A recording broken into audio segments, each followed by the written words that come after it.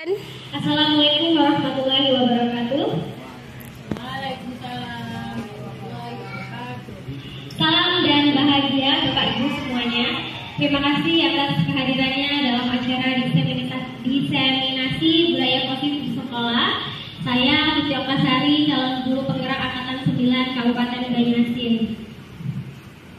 Sekali lagi di sini Bapak dan Ibu semuanya, saya di sini hanya berbagi praktik baik, berbagi pemahaman saya mengenai budaya positif yang telah saya pelajari di modul 1.4 pendidikan calon guru penggerak. Di sini saya bukan menggurui atau merasa lebih tahu, bukan, tapi hanya untuk berbagi saja, sharing aja Bapak Ibu semuanya.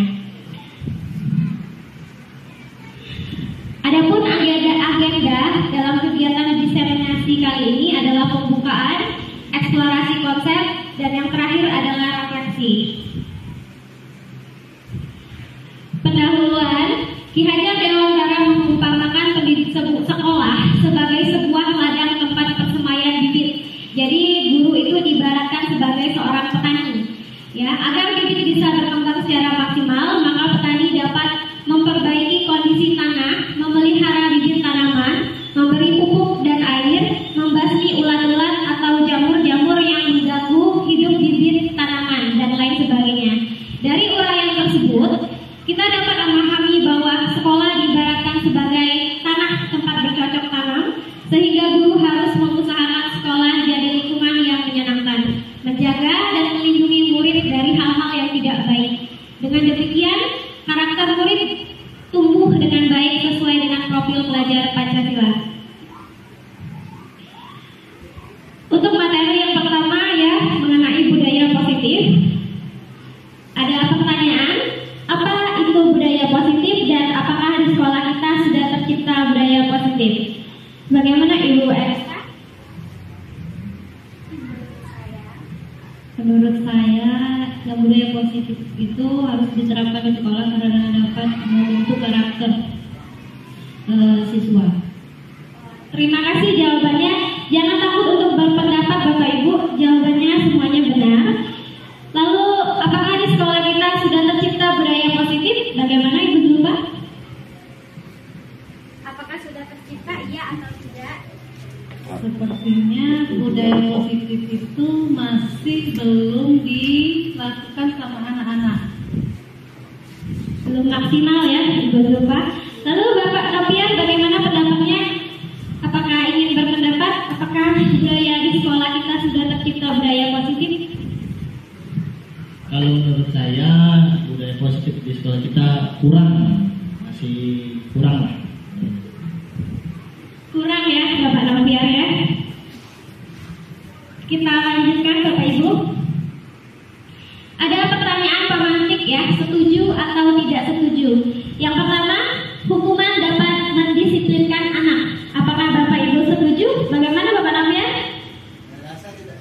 Oh, tidak setuju. Bagaimana Ibu Hendy?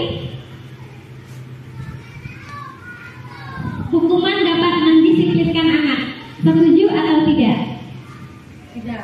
Tidak. Oke, Ibu Zulfa? Tidak. Kalau Ibu Arista? Tidak setuju. Selanjutnya, pemberian hukuman dengan hal positif seperti membaca atau membersihkan halaman sekolah dapat meningkatkan disiplin anak. Apakah setuju atau tidak setuju? Ibu?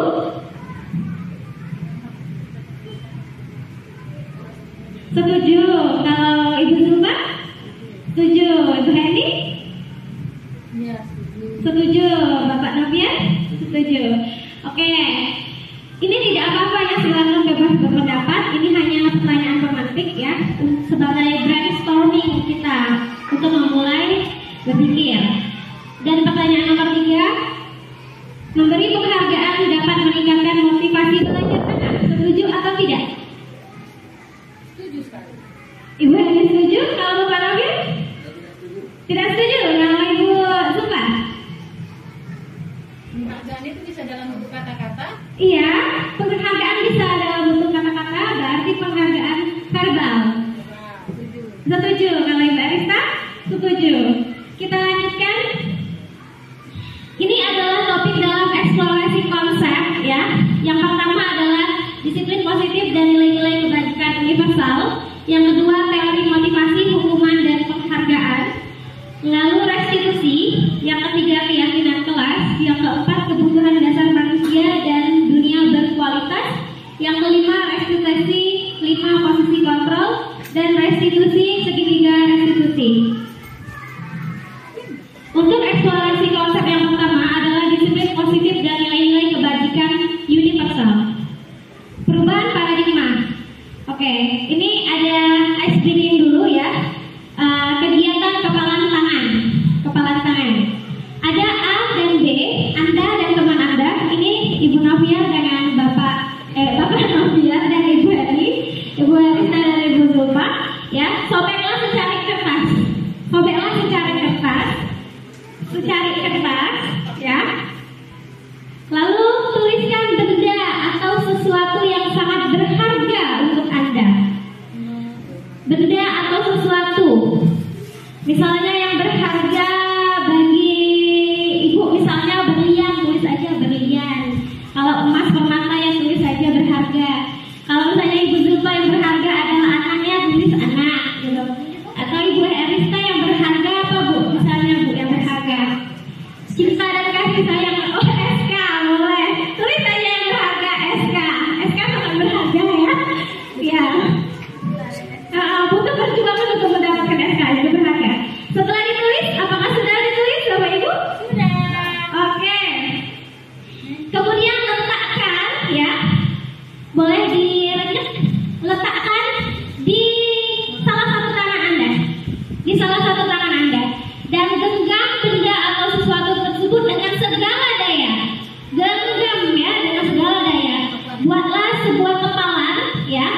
Dan teman Anda akan mencoba dengan sekuat tenaga dengan berbagai cara untuk meminta Anda memberikan benda tersebut. Teman Anda atau B bisa membujuk, mengancam, menghardik, merayu, menyuap apa saja agar dapat membuka kepalan tangan Anda. Coba silakan. Ibu dibujuk, dirayu, dihardik boleh, diancam boleh, silakan.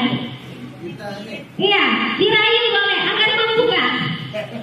Agar mau membuka. Ya, silakan dirayu atau diancam, silakan. Oke, silakan dirayu. Apakah akan diberikan atau tidak? Apakah akan diberikan atau tidak? Oh tidak. Apa yang terjadi? Diberikan atau tidak? Tidak Bu. Ibu? Tidak. Oh tidak. Ibu Heni dan Bapak Novia? Tidak. Oh bagus. Berarti semuanya tidak mudah untuk dirayu ya.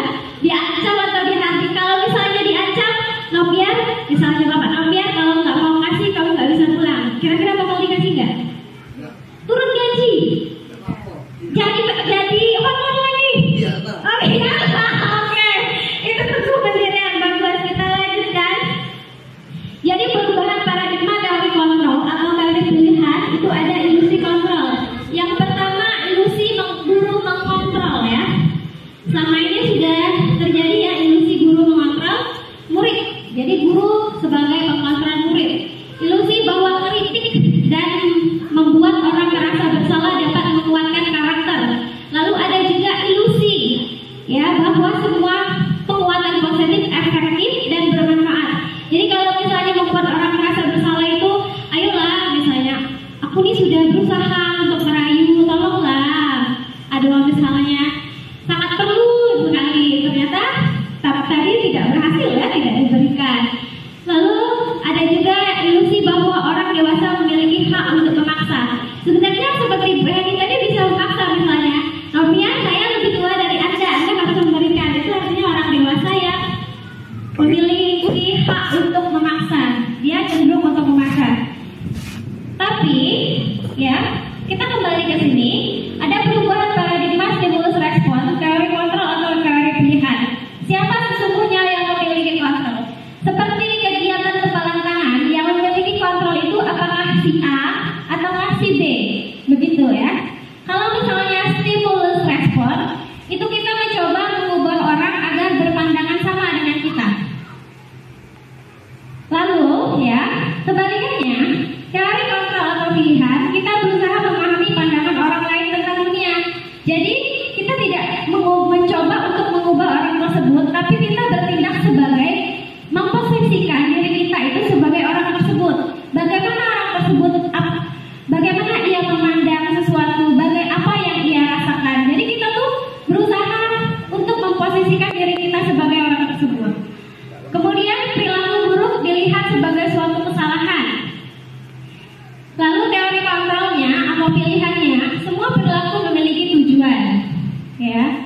Lalu orang lain bisa mengontrol saya. Kalau teori kontrolnya, hanya Anda yang bisa mengontrol diri Anda. Tadi melalui kegiatan kepalan tangan, Anda sudah berhasil, Bapak Ibu sudah berhasil untuk mengontrol diri Anda sendiri, ya, tidak mudah terpengaruh bujuk rayu orang lain.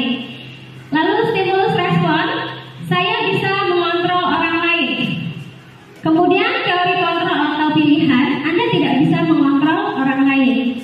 Nah, menurut Bapak dan Ibu, apakah Anda bisa mengontrol orang lain? Bagaimana Ibu Zulfa?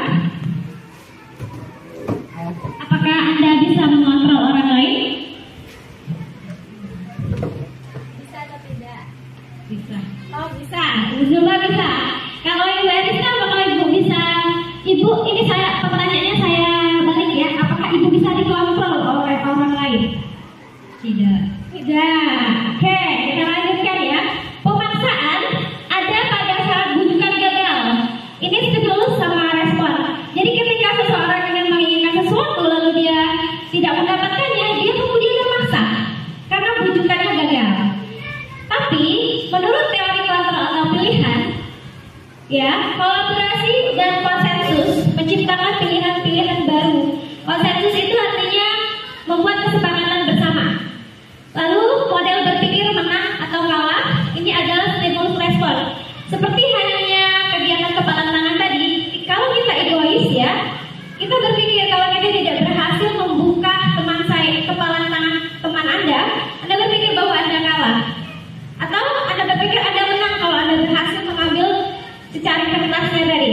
Tapi menurut teori kontrol atau pilihan, model berpikir menang-menang. Jadi tidak ada yang kalah, semua orang menang, semua orang diuntungkan. Seperti itu. Kalau dilihat dari seperti ini, mana yang baik? Stimulus respon atau teori kontrol?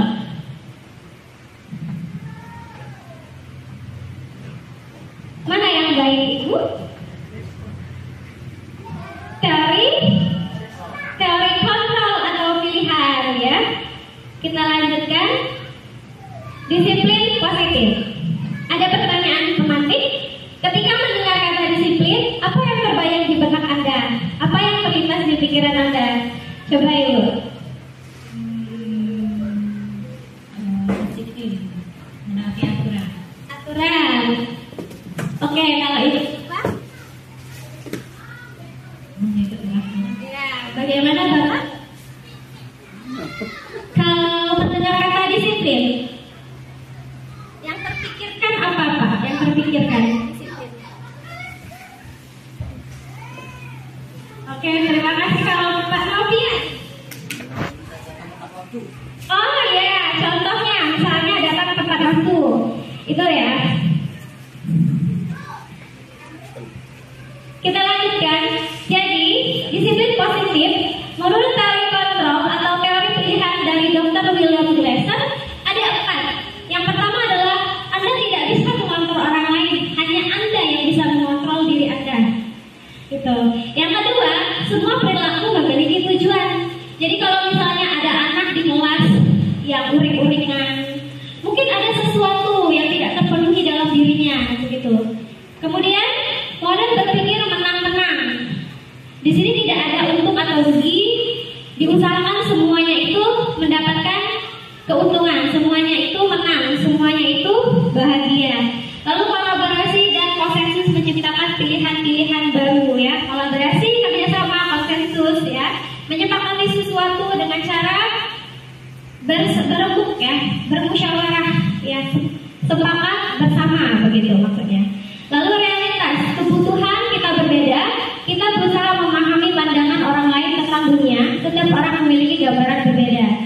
Nah, untuk Anda, untuk kategori Anda tidak bisa mengontrol, itu ada makna disiplin di sana.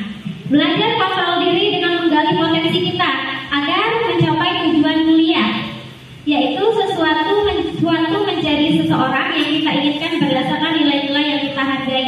Misalnya nilai apa yang dihargai, misalnya kejujuran, ya. Jadi kita bisa mengontrol diri kita untuk jujur agar tidak curang. Hanya diri kita yang bisa melakukannya, tanpa ada kendali dari orang lain. Di situ maksudnya. Lalu semua perilaku memiliki tujuan.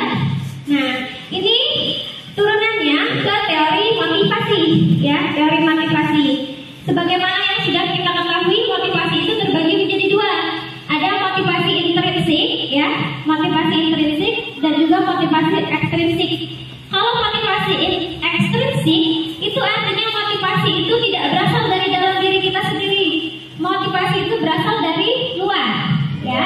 Contohnya untuk menghindari hukuman misalnya saja anak datang tepat waktu itu karena dia tidak mau dihukum, misalnya tidak mau disuruh membersihkan sampah, atau misalnya tidak mau disuruh lari karena dia takut hukuman, makanya dia datang tepat waktu. Lalu contohnya yang lain untuk mendapatkan imbalan, misalnya anak rajin belajar, ingin ranking 1 karena ingin mendapatkan hadiah misalnya dari orang tuanya, dijanjikan misalnya mobil, gitu ya, karena imbalan. Lalu motivasi intrinsik, ya, itu ada kaitannya dengan menghargai diri sendiri. Kita melakukan kejujuran karena itu adalah nilai yang baik, nilai kebajikan yang ada dalam diri kita sendiri. Sadarkan diri kita sendiri, ya, yang menuju ke nilai-nilai kebajikan universal dan akan berakhir ke keyakinan kelas. Untuk model berpikir menang-menang, kolaborasi dan konsensus menciptakan pilihan baru, ada 5 posisi kontrol. 5 posisi kontrol itu yang pertama penghukum, yang kedua pembuat rasa bersalah, ketiga teman, keempat pemantau, dan yang kelima manajer. Dan posisi kontrol yang terbaik adalah manajer. Sebagai manajer dapat menerapkan segitiga restitusi. Dalam segitiga restitusi ada 3 tahapan. Yang pertama adalah menstabilkan identitas, yang kedua validasi kebutuhan, dan yang ketiga menanyakan keyakinan. Lalu untuk realitas kebutuhan, ya, ada 5 kebutuhan dasar manusia.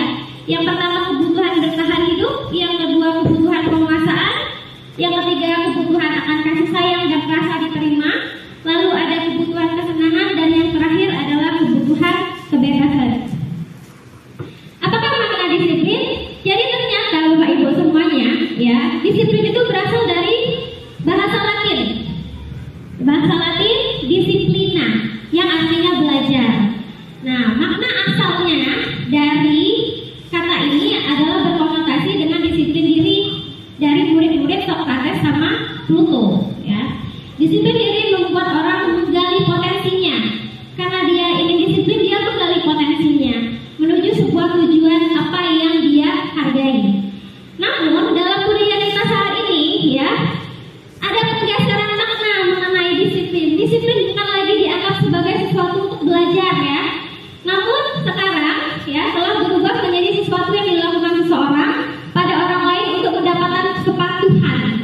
Jadi kalau misalnya ada anak yang misalnya datang terlambat, dibilang ih tidak disiplin, begitu, kan?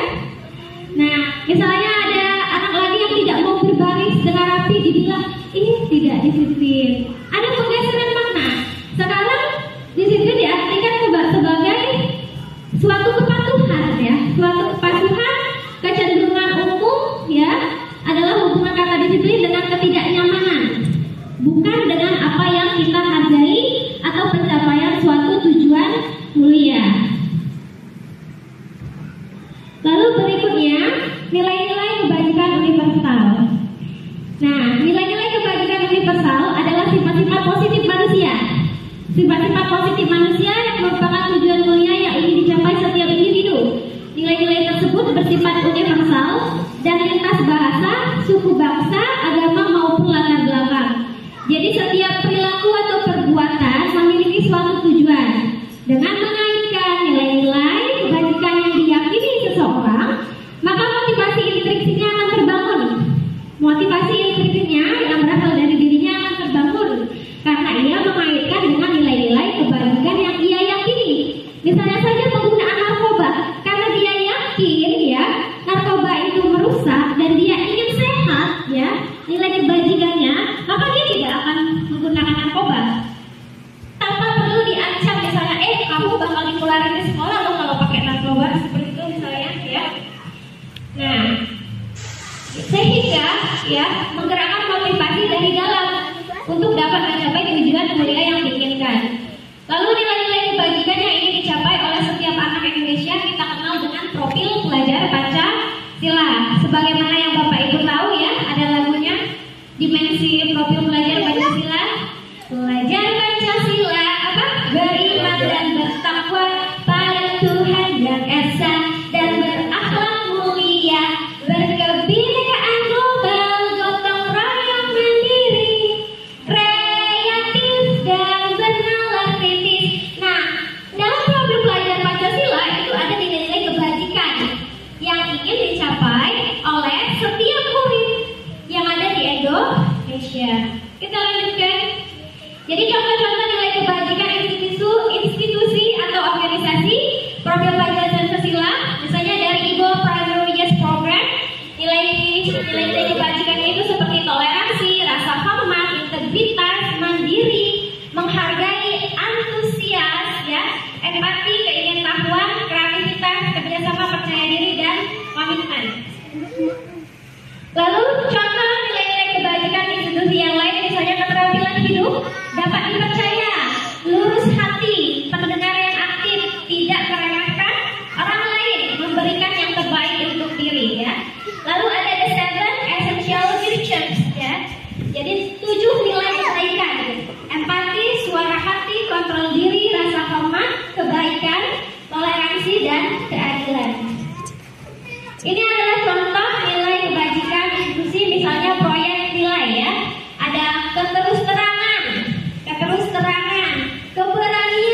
keberanian, lalu kebahagiaan, ada tanggung jawab, ada kebersihan, kesantunan, keadilan, pengabdian, komitmen, kreatif, baik hati, bijaksana, belas kasih, semangat, kesetiaan, bersyukur, percaya diri, kedermawanan, berprinsip, toleransi, belas kasih, kejujuran, bersahaja, percaya, bertujuan, dermawan, keteraturan, lurus hati, tenggang rasa, harga diri, kedamaian, dan ketegasan. Ini adalah nilai-nilai, contoh-contoh dari nilai-nilai kebajikan. Oke, kita masuk ke materi yang kedua. Apakah ada pertanyaan? Belum ada?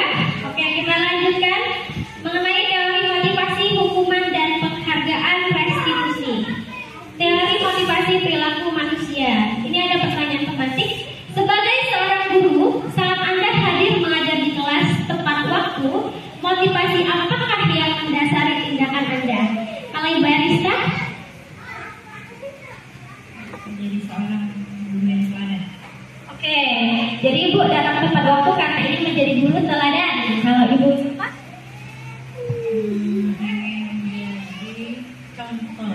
Ingin menjadi contoh untuk murid-muridnya. Kalau Ibu Evi? Apa aja, Bu? Kira-kira kalau datang tepat waktu itu, Ibu tujuannya apa? Motivasinya apa? Tanggung jawab. Oh ya, karena merasa tanggung jawab. Kalau Bapak? Oh ya, memberi contoh. Kalau Bapak? Melaksanakan kewajiban. Melaksanakan kewajiban sebagai guru. Oke. Jawabannya sangat bervariasi. Silakan Bapak ambil. Supaya cepat mulai pelajaran. Supaya cepat mulai pelajaran, ya. Sebagai teladan kepada siswa. Oke, teladan kepada siswa. Semua jawabannya disimpan. Nah, apakah Anda datang tepat waktu karena tidak ingin ditegur oleh atasan Anda dan kemudian mendapat surat peringatan, atau Anda ingin mendapat pujian dari atasan Anda, ya, dan mendapat penghargaan sebagai karyawan atau guru berprestasi, atau Anda ingin menjadi orang yang menghargai waktu, menghargai diri Anda sendiri sebagai teladan bagi murid-murid Anda karena Anda percaya tindakan Anda sebagai guru akan dicontoh oleh murid-murid Anda. Menghargai nilai-nilai diri sendiri. Dari semua itu, mana yang terbaik? Coba pilih satu, Ibu Eriska. Menjadi orang yang menghargai waktu. Menjadi orang yang menghargai waktu. Kita simpan. Jadi teori motivasi perilaku manusia. Tadi sudah saya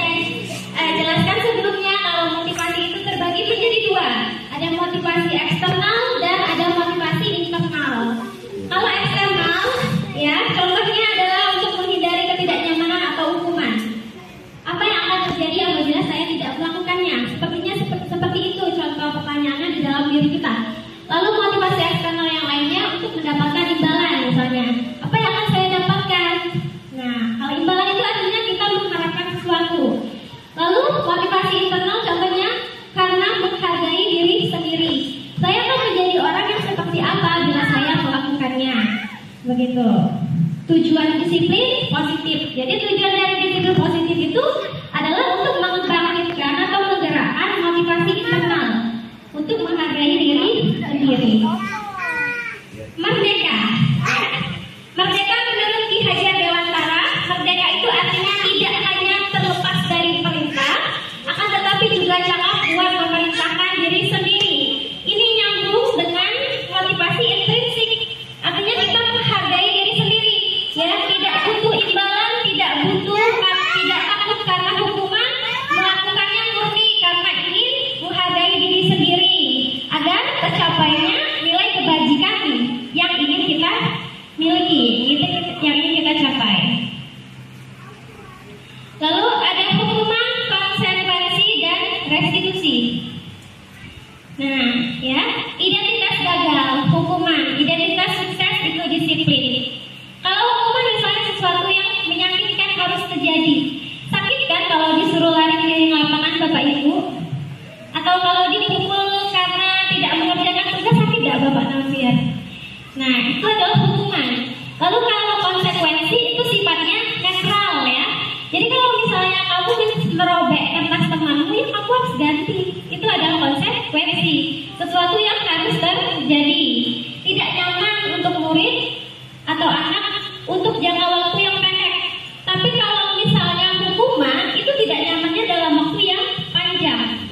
Kemudian restitusi. Restitusi merupakan pilihan atau menguatkan untuk murid dalam jangka waktu yang panjang. Dan ini positif.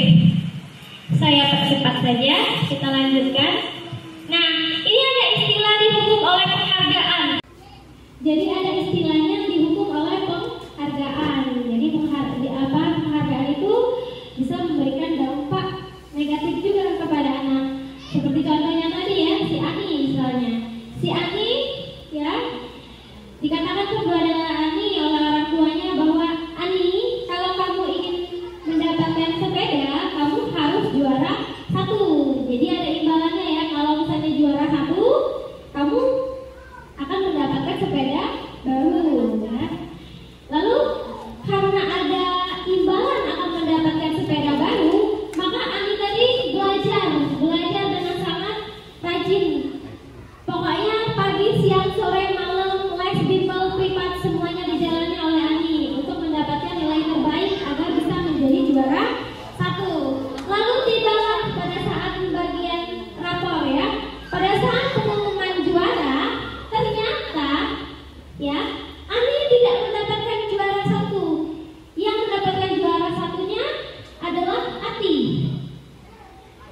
Apakah Ani akan mendapatkan hadiahnya, sepeda barunya, Ibu Evi? Tidak. Bagaimana Ibu Evi? Ani juara 2 ternyata. Apakah dia akan mendapatkan sepeda baru? Kalau janji ayatnya tidak. Tidak. Jadi Ani tidak mendapatkan sepeda baru. Lalu Ani merasa apa yang dia lakukan itu sia-sia, ya, sia-sia. Karena dia sudah belajar dengan sangat tekun, tapi hasilnya ternyata hanya juara 2. Lalu Ani bertanyalah kepada wali kelasnya, berapa nilai Ati? Kenapa dia bisa juara 2 dan Ati juara 1? Lalu Ani misalnya wali kelasnya bernama Ibu Surya ya. Jadi Ani bertanya dengan Ibu Surya, berapa nilai dia dan berapa nilai Ani? Ternyata hanya beda 0,5.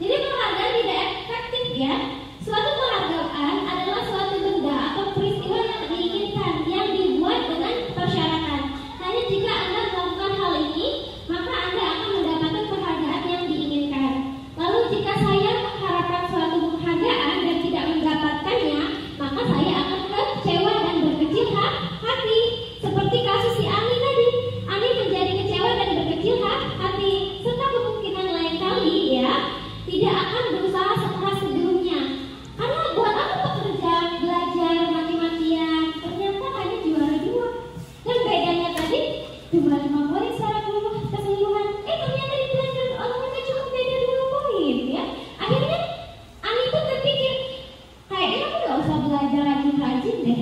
Lagian juga aku gak dapat sepeda lagi. Belajar juga mati-matian cuma juara 2. Pelajaran olahraga cuma beda 2 poin sama si Ati, ya. Lalu jika kita memberikan seseorang suatu penghargaan untuk melakukan sesuatu, maka kita harus terus-menerus memberikan penghargaan. Biasanya ibu serupa, ya, mengatakan kepada anaknya, kalau anaknya juara masuk 5 besar, akan diberikan mainan baru. Nah, anaknya berhasil, kan? Lalu ibu memberikan mainan baru. Kemudian, ya, pada tahap berikutnya, pembagian hemat berikutnya, anaknya juga tetap menantikan hadiah tersebut, hadiah yang lain lagi, agar dia mau belajar, begitu. Jadi, seseorang yang memberikan itu harus terus-menerus melakukan penghargaan itu. Jika tidak ingin, ya, orang tersebut meneruskan perilaku yang kita inginkan. Karena ibu terus ingin anaknya belajar, maka ibu terus-menerus memancing dengan memberikan imbalan. Begitu. Itulah kenapa penghargaan itu menjadi tidak efektif. Lalu penghargaan juga merusak hubungan, seperti kasus Ani dan Ati tadi. Jadi si Ani jadi benci sama Ati, jadi tidak suka sama wali kelasnya juga Ibu Surya, dan juga tidak suka dengan pelajaran olahraga. Begitu kan? Ketika seorang diberi penghargaan atau dipuji di depan orang banyak, maka yang lain akan merasa iri, ya. Dan sebagian dari mereka akan tidak menyukai orang yang diberi penghargaan tersebut. Pernah kan di kelas kita memuji seorang murid karena yang dipuji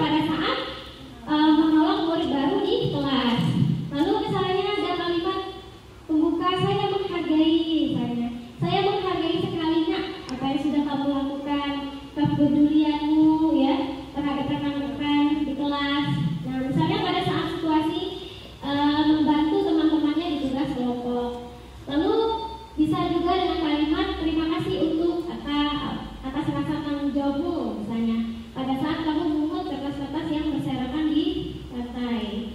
Jadi ini adalah contoh-contoh pengakuan atau apresiasi kebajikan, ya. Kita bisa mengalihkan imbalan tadi ke dalam bentuk apresiasi kebajikan seperti ini.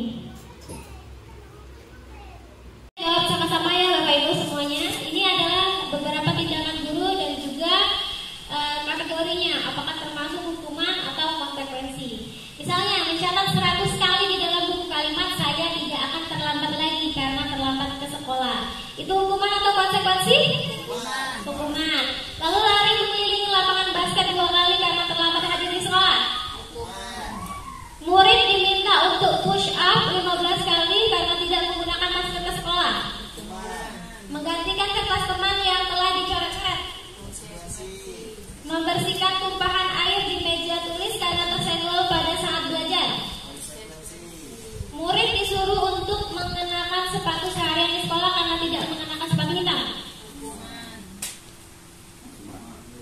Lari mengelilingi lapangan basket 2 kali karena terlambat 10 menit untuk pelajaran PJOK.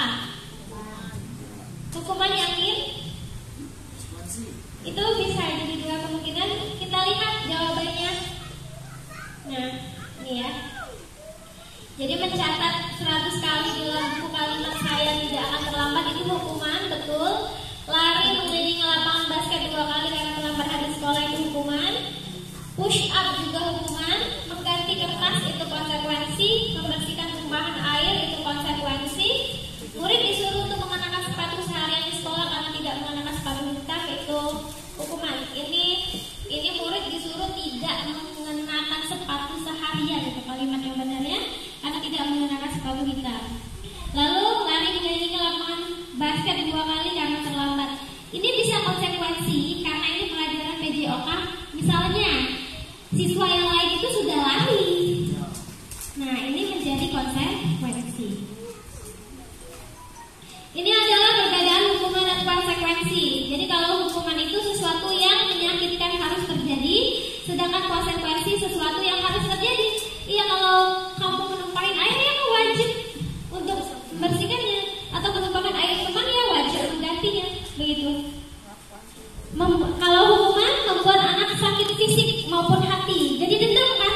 Misalnya aja, anak itu terlambat datang ke sekolah 10 menit misalnya terlambat, disuruh sama gurunya baca Quran.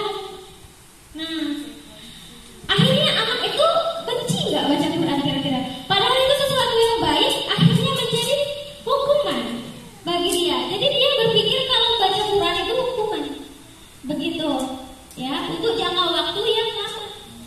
Nah, kalau konsekuensi membuat anak merasa tidak nyaman dalam waktu jangka pendek. Misalnya aja dia berantem, kancing baju temannya lepas, dia disuruh jahit, ya konsekuensinya jahit. Dia hanya merasakan tidak nyaman saat itu saja dan jangka waktu pendek, gitu. Atau mungkin karena dia teledor, dia menumpahkan air di dalam kelas, dia disuruh mengepel.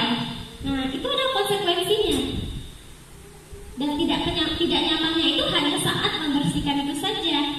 Tapi kalau misalnya anak tersebut mengotori lantai, misalnya membasahi lantai, lalu kita suruh anak tersebut lari keliling lapangan 10 kali, akhirnya dia sakit fisik dan juga sakit hati, dan dalam jangka waktu yang lama. Bisa-bisa anak tersebut dendam dengan kita karena hal tersebut. Lalu anak membenci kedisiplinan karena hukuman. Jadi anak benci disiplin. Akhirnya dia berpikir, oh aturan itu harus dilanggar. Karena dia benci dengan kedisiplinan. Nah, kalau konsekuensi anak menghargai disiplin. Kalau hukuman sifatnya paksaan, kalau konsekuensi sifatnya stimulus dan tanggapan. Lalu hukuman mendorong anak untuk menyakiti diri sendiri, sedangkan konsekuensi mendorong anak agar mudah menyesuaikan diri. Lalu hukuman itu konsep diri yang buruk dan konsekuensi itu konsep diri yang baik, gitu. Nah, kalau hukuman anak merasa marah, rasa bersalah, dipermalukan misalnya disuruh nyanyi di depan orang ramai sudah upacara karena tidak lengkap, misalnya tidak pakai topi, ini dia merasa malu, gitu. Jadi dihukum oleh hukuman. Kalau konsekuensi hanya kehilangan hak, dibuat tidak nyaman untuk sebentar saja, lalu diasingkan untuk sementara waktu, tidak untuk dalam jangka waktu yang lama. Oke, kita masuk ke pembelajaran ketiga adalah keyakinan kelas. Nah, mengapa tidak peraturan saja? Mengapa harus keyakinan kelas? Coba Ibu. Kenapa harus keyakinan kelas? Kenapa tidak peraturan kelas?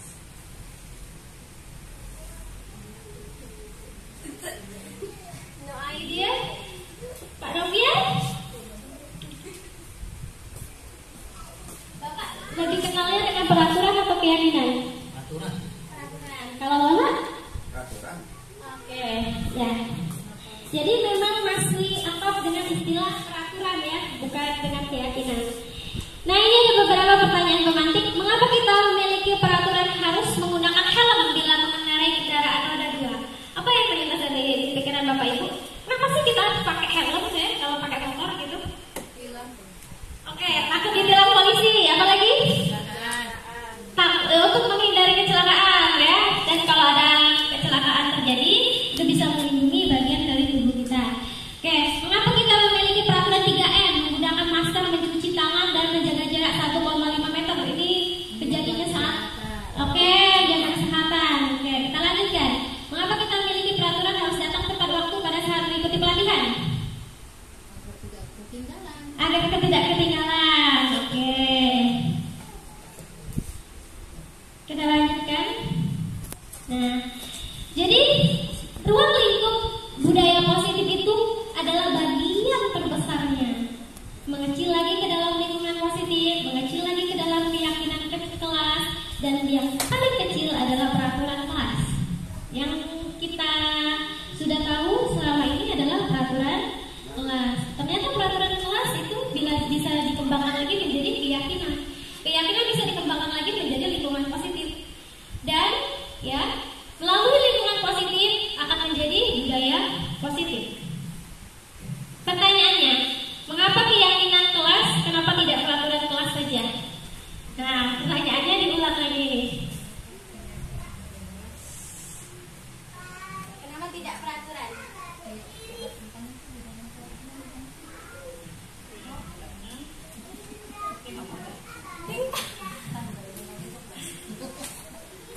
Oke, Pak Afiat.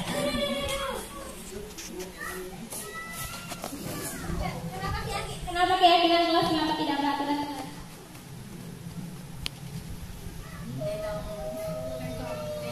Kalau keyakinan mengandung nilai kebajikan, kalau peraturan sifatnya memaksa. Oke, terima kasih jawabannya Pak Nabiar.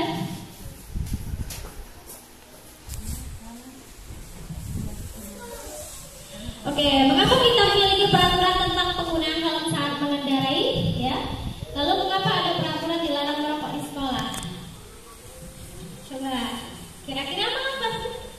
Ya, tadi sudah dijawab oleh Ibu Heni, katanya untuk mencegah kecelakaan gitu, untuk mengikuti peraturan. Kalau peraturan dilarang merokok, kenapa?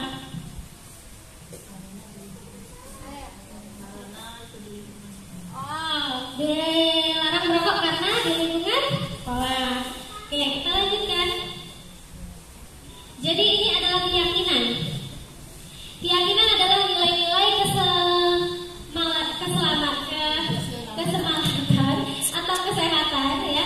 Itulah yang kita sebut sebagai keyakinan.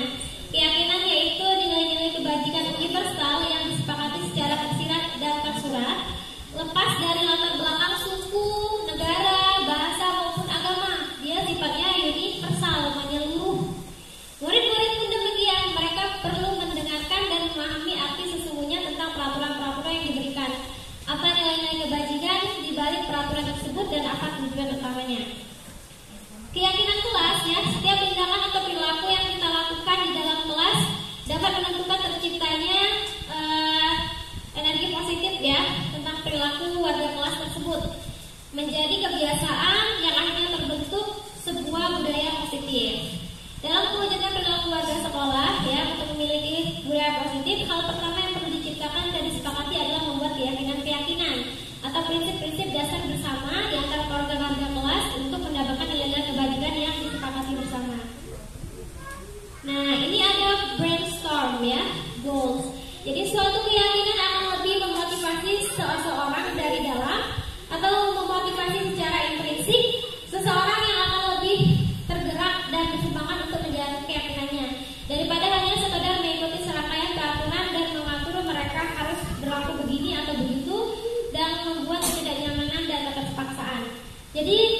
kelas merupakan metode untuk menimbulkan kembali disiplin positif yang didasari oleh motivasi dari dalam diri melalui proses curah pendapat dan pada akhirnya disepakati bersama.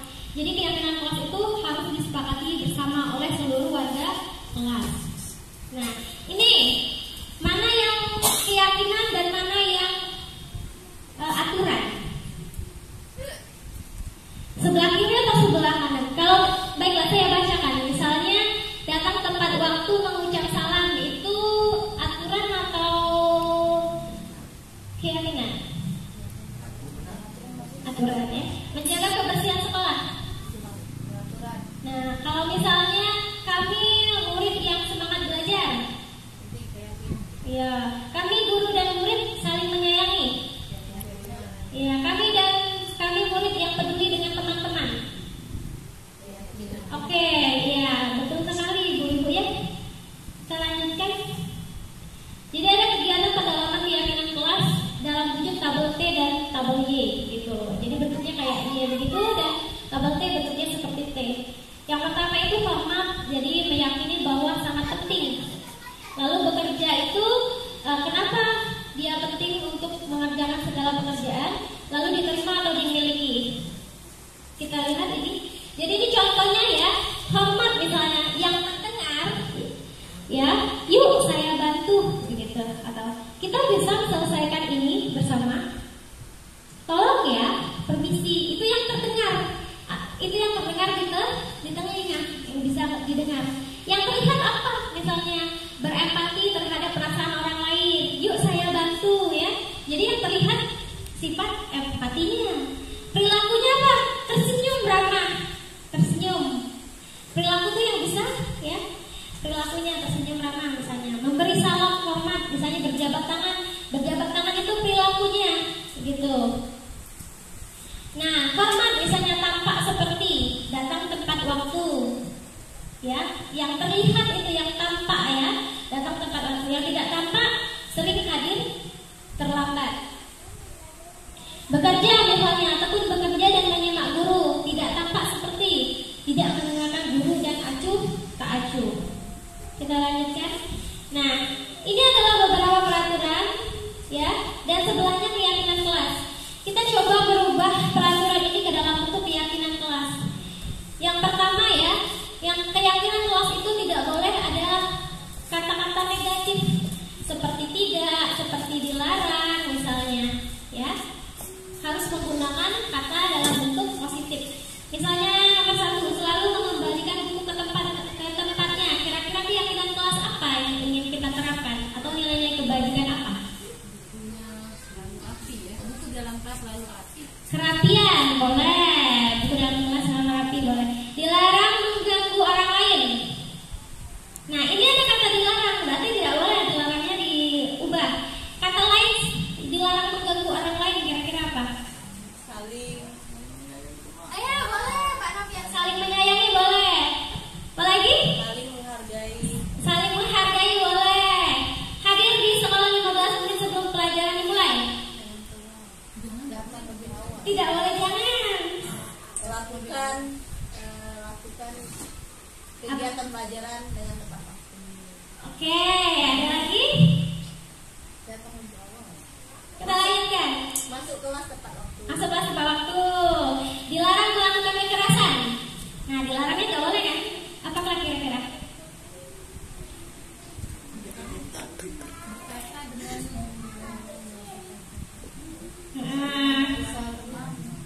Boleh. Dilarang menggunakan narkoba. Jangan. Apa misalnya? Atau bergantian menunggu giliran. Kalau gunakan masker, kira-kira apa nilai kebajikan? Kalimat keyakinan kelasnya, gunakan masker. Jaga kesehatan. Iya, menjaga kesehatan boleh. Jangan berlari di kelas atau koridor. Perjalanan hati-hati. Hati-hati. Oke, ini dia ya. Jadi keyakinan kelasnya itu selalu kembalikan buku ke tempatnya, itu tanggung jawab. Dilarang mengganggu orang lain, ada yang menghormati orang lain ya. Hadir tepat waktu itu menghormati orang lain atau berkomitmen. Bisa saja ya, karena saya sayang kepada teman-teman di kelas saya,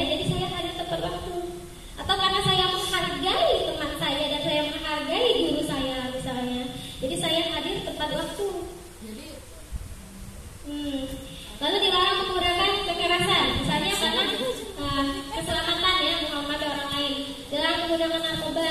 Jadi nilai kebajikannya itu kesehatan. Bergantian menunggu giliran, menghormati orang lain. Jadi karena saya menghormati orang lain, makanya saya mengantri sesuai giliran, tidak menyerobot saya saja. Menggunakan masker itu untuk kesehatan, keselamatan. Berlari di kelas ya, jangan berlari, itu artinya untuk keselamatan kesehatan. Ini adalah nilai-nilai kebajikan yang diharapkan.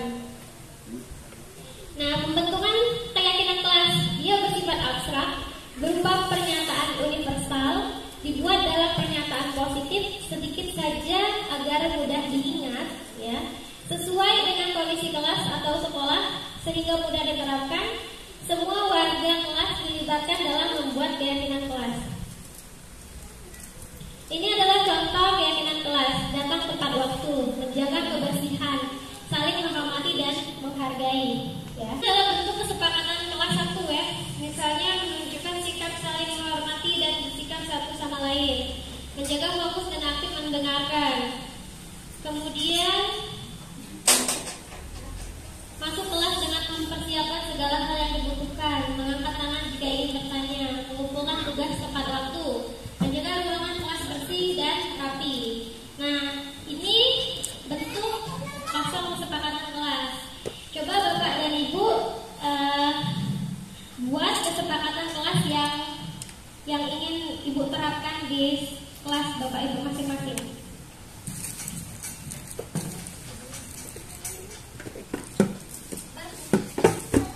Berkelompok saja, jadi 1 orang 2 kelompok, atau kita bagi jadi 2 kelompok saja, kelompok sayap kanan dan sayap kiri.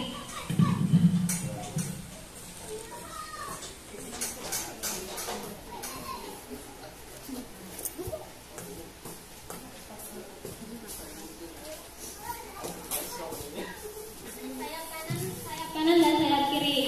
Singkat saja.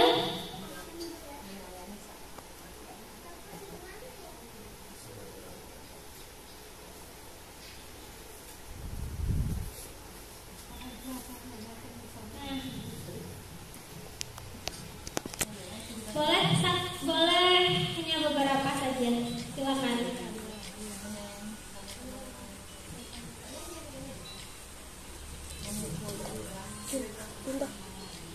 Tadi ingat ya, dalam membuat kesepakatan kelas itu tidak boleh menggunakan kata yang negatif ya, seperti dilarang, jangan, begitu. Yang harus kita tonjolkan adalah nilai kebajikan universal yang ingin kita terapkan. Itu yang harus kita tonjolkan. Nilai kebajikan tadi seperti apa? Kebersihan ya. Lalu saling menghormati, menghargai, begitu.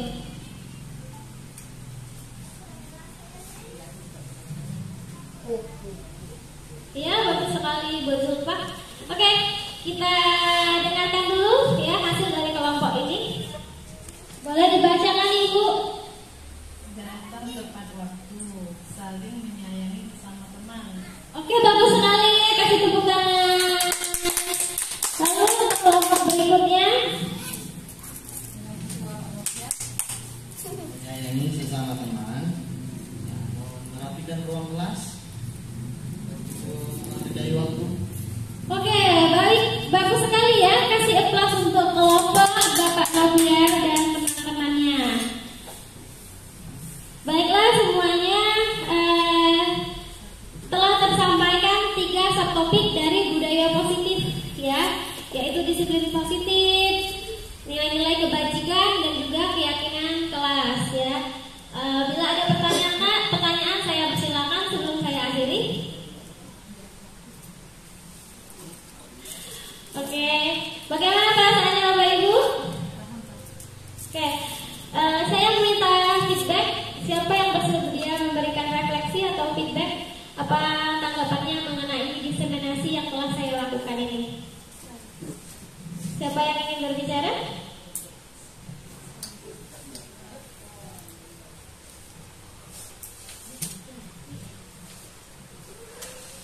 Setelah mendengarkan penjelasan dari Ibu Tuti, yang dapat saya serap itu ada waktu pembuatan keyakinan kelas. Nah, kami kan baru tahu bagaimana cara membangun keyakinan kelas. Dengan penjelasan dari Ibu Tuti tadi, kami semakin mengetahui bagaimana cara membangun keyakinan kelas itu dengan baik. Terus kami juga mengetahui bagaimana dengan menerapkan disiplin positif di dalam kelas. Semoga dengan apa yang Ibu sampaikan dapat kami terapkan di dalam kelas dan di sekolah. Terima kasih. Oke, dari sebelah sana. Cukup. Sebenarnya masih ada 3 materi lagi. Ini dirangkum di sini.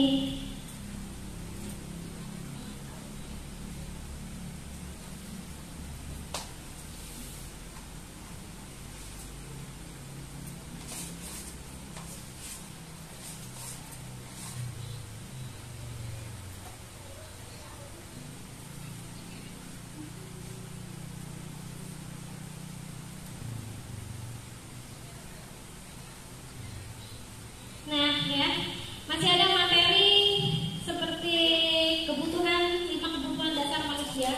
Jadi anak-anak yang menurut kita itu nakal, mungkin ada kebutuhan dasarnya yang tidak terpenuhi. Ya, misalnya dia inginnya kebebasan, tapi karena di dalam kelas mereka tidak bisa bebas, akhirnya mereka membuat masalah. Misalnya seperti itu. Lalu untuk hal-hal yang timbul ya dari masalah kebutuhan dasar ini akan berdampak kepada posisi kontrol kita sebagai guru. Andai kata misalnya ada anak yang datangnya terlambat, lalu kita hukum, disuruh lari, artinya kita bersifat sebagai penghukum, gitu. Dan yang terbaik itu adalah manajer ya, manajer dengan menggunakan penerapan segitiga restitusi. Ada 3 tahapan: menstabilkan identitas, validasi kebutuhan, dan menanyakan keyakinan. Nah, kita lanjutkan materinya, ice breaking dulu Bapak Ibu agar kita lebih refresh. Oke, silakan berdiri. Ice breaking dulu, silakan berdiri. Silakan semuanya berdiri, mohon kesediaannya untuk berdiri. Jadi ini adalah untuk melatih fokus kita ya, melatih fokus kita. Kalau misalnya saya bilang atas, artinya tangannya ke bawah. Nah, kalau saya bilang kanan, artinya tangan kiri. Nah, kalau saya bilang kepala, artinya memegang lutut. Kalau saya bilang lutut, artinya pegang kepala. Jadi ya, kalau saya bilang kiri, artinya tangan kanan. Kalau saya bilang bawah, tangan bawah, artinya tangannya ke atas. Bisa dimengerti? Siap? Ya. Atas.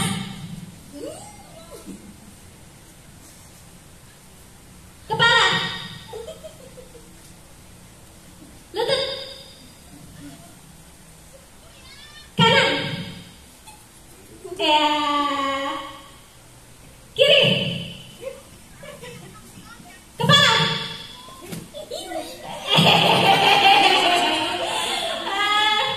Kepala. Iya.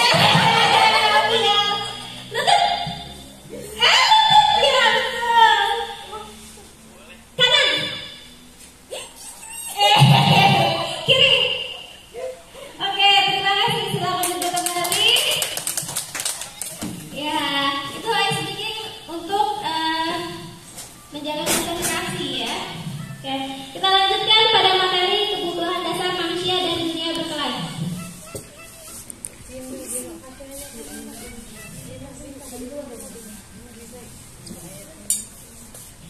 Jadi kebutuhan dasar manusia ya, kebutuhan dasar manusia adalah seluruh tindakan manusia memiliki tujuan tertentu.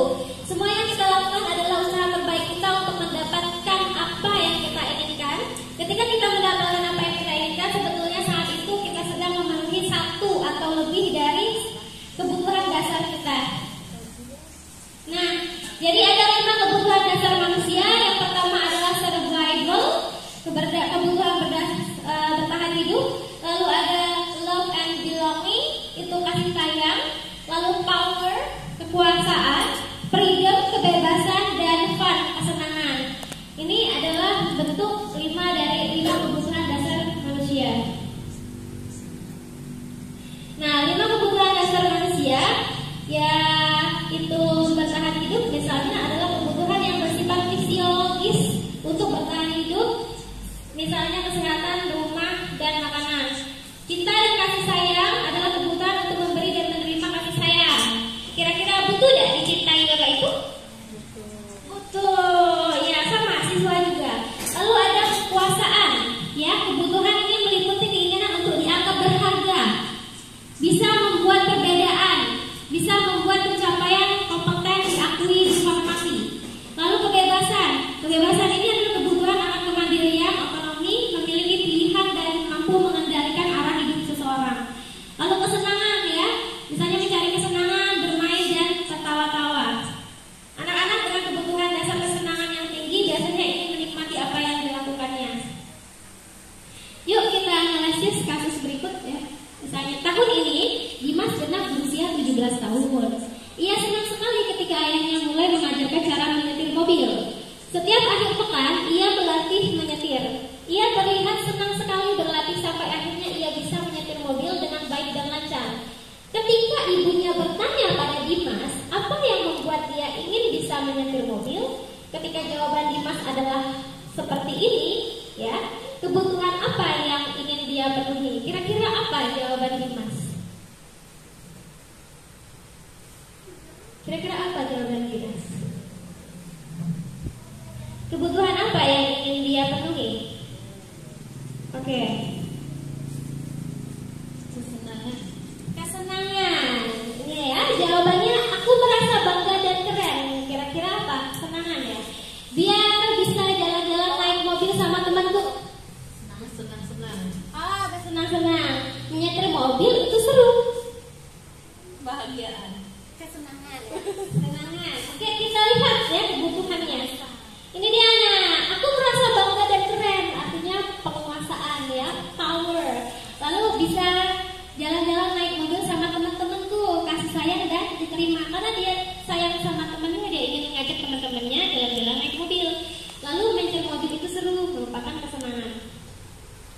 Lalu apa yang terjadi apabila salah satu kebutuhan dasar anak tidak terpenuhi?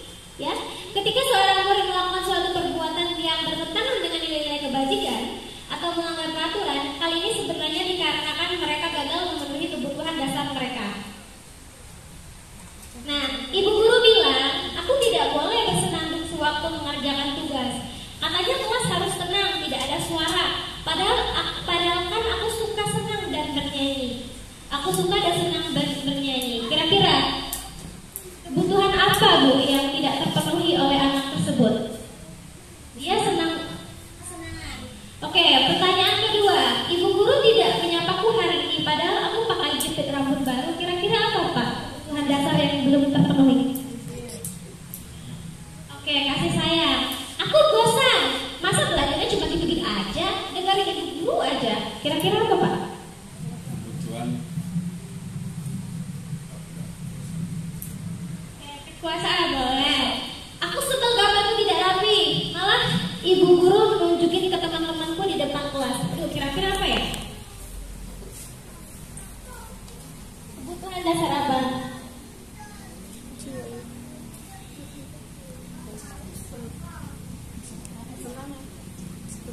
Kesenangan. Oke, kita lihat jawabannya. Oh, tidak ada. Jadi ibu guru boleh ya, jika aku sebel gambarku tidak rapi, malah ibu guru menunjuki ke teman-temanku di depan kelas. Ini bisa kebutuhan dasar kasih sayang, ya.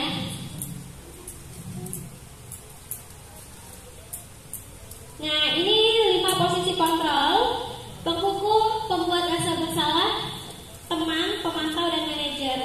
Nah, ini merupakan 5 posisi kontrol. Contohnya, misalnya penghukum, menghardik, menunjuk-nunjuk, menyakiti. Dengan berkata misalnya, kalau kamu tidak melakukannya, awas ya, rasakan ya. Ini tanpa kita sadari kita sering melakukan ini. Lalu membuat orang merasa bersalah, misalnya berceramah dan mengatakan, ibu kecewa sekali sama kamu. Nah, itu posisinya itu sebagai pembuat orang merasa bersalah. Lalu teman misalnya, ayolah lakukan demi ibu gitu. Terus pemantau, apa peraturannya?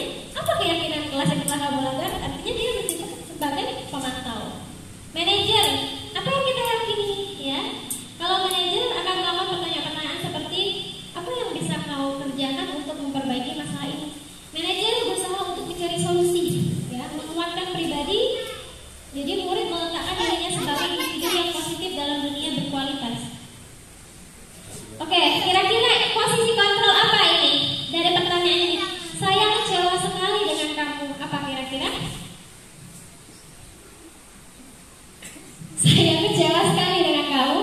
Posisi kontrol apa?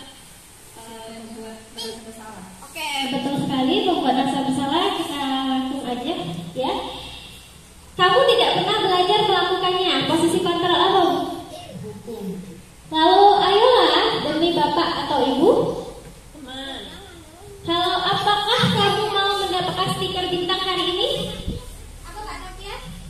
Pemantau. Bagaimana kamu bisa menyelesaikan masalah ini?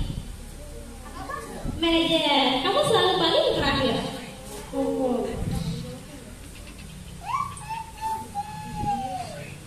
Oke, materi terakhir adalah segitiga restitusi. Nah, apa itu restitusi? Restitusi adalah proses menciptakan kondisi bagi murid untuk memperbaiki kesalahan mereka, sehingga mereka bisa kembali pada kelompok mereka dengan karakter yang lebih kuat. Restitusi juga merupakan proses kolaboratif yang mengajarkan murid untuk mencari solusi untuk masalah mereka. Jadi, untuk sejauh ini ya, restitusi adalah yang terbaik dilakukan untuk siswa. Karena dengan menggunakan segitiga restitusi ini ya, kita bisa menguatkan karakter mereka dan juga ya mencari solusi. Mereka sendiri yang mencari solusi atas masalah yang telah mereka lakukan. Ini identitas gagal dan identitas sukses. Jadi kalau hukuman itu negatif, konsekuensi netral, dan restitusi positif. Ciri-ciri restitusi bukan untuk menebus kesalahan, namun untuk belajar dari kesalahan. Memperbaiki hubungan, tawaran bukan paksaan. Restitusi menuntut untuk melihat ke dalam diri. Restitusi mencari kebutuhan dasar yang mendasari tindakan. Restitusi diri adalah cara yang paling baik. Restitusi fokus pada karakter bukan tindakan. Restitusi fokus pada solusi. Restitusi mengembalikan murid yang berbuat salah pada kelompoknya. Nah, ini merupakan segitiga restitusi yang bisa kita terapkan di dalam kelas misalnya, ya. Dalam menstabilkan identitas. Jadi kalau ada anak bermasalah itu distabilkan dulu. Stabilkan dulu, jangan langsung dijudge, jangan langsung dihakimi. Salah nian misalnya kayak gitu. Nakal nian tidak boleh. Yang pertama dilakukan harus distabilkan dulu identitas dengan menerapkan nilai-nilai kebajikan, bahwa setiap orang pasti pernah melakukan kesalahan. Jadi anak itu bukan satu-satunya yang pernah melakukan ini. Jadi kita stabilkan dulu identitasnya. Kemudian validasi kebutuhan. Kenapa dia melakukan kesalahan tersebut? Misalnya butuh kasih sayang tahunya, misalnya dengan pertanyaan, kamu tentu punya alasan mengapa melakukan ini. Mungkin dia bosan. Saya bosan bu dengan pelajari ibu katanya. Pelajari itu aja. Artinya dia bosan kan? Dia butuh kesenangan. Atau karena dia sering tidak maju ke depan. Saya bosan bu karena saya tidak diberi kesempatan untuk menjawab pertanyaan kalau maju ke depan. Artinya dia ingin kekuasaan, dia ingin diakui begitu. Lalu yang terakhir adalah menanyakan keyakinan. Nilai-nilai apa yang telah kita sepakati? Kita tanyakan. Jadi apa yang kamu lakukan itu apakah melanggar keyakinan kelas kita? Kita tanyakan keyakinan kelas apa yang telah kita langgar, yang kamu langgar. Gitu. Setelah tahu salahnya apa, keyakinan apa yang dilanggar, lalu kita tawarkan solusi. Apa yang bisa kamu lakukan untuk memperbaikinya? Nanti anak itu sendiri ya akan memberikan solusinya. Kalau misalnya dia merusak barang temannya, dia akan memperbaiki. Saya akan memperbaiki misalnya sepatu teman saya yang sudah saya coret misalnya begitu. Lalu dia kan apalagi misalnya saya akan minta maaf kata anak tersebut. Nah ini ya. Jadi pada saat penstabilan identitas, guru berkata berbuat salah itu hal yang manusiawi, tidak ada manusia yang sempurna. Lalu untuk validasi kebutuhan, guru bisa berkata, kamu bisa saja kan melakukan hal yang lebih buruk, tapi kamu tidak melakukannya. Gitu. Apa yang penting bagi kamu? Ini pada tahap memvalidasi kebutuhan. Lalu menanyakan keyakinan, apa nilai yang kita percaya di kelas atau sekolah kita? Atau nilai-nilai universal apa yang telah kita sepakati? Nah ini ada intervensi 30 detik. Apa yang kamu ingin berbuat lebih baik? Apakah saat ini kamu sedang menjadi orang yang sedang kamu inginkan ya? Apakah kamu bisa mengubah kegiatan atau perilaku kamu saat ini menjadi sikap yang lebih membantu? Yang terakhir reflektif. Oke, saya minta kesediaannya untuk memberikan refleksi. Untuk pertanyaan pertama, hal baru apa yang membuat paradigma saya yang saya dapatkan? Oke, kita tanyakan Ibu. Hal baru apa yang Ibu dapatkan yang mengubah paradigmanya? Mungkin selama ini jadi guru diktator, salahnya kawan. Nah,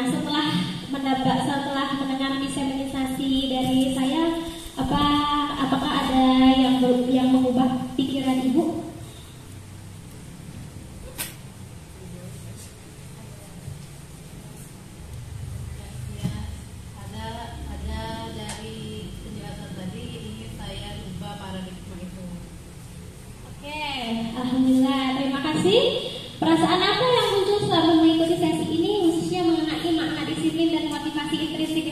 Coba Pak Dampier. Jadi lebih tahu mengenai disiplin dan motivasi itu. Terima kasih. Peran Among seperti apakah yang saya telah lakukan selama mengikuti modul B? Kira-kira peran apa yang telah Ibu terapkan selama ini?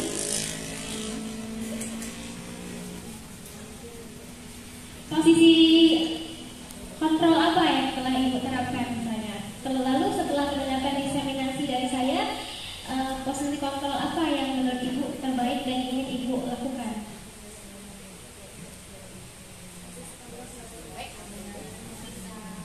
Jadi manajer, posisi kontrol siswa menjadi manajernya.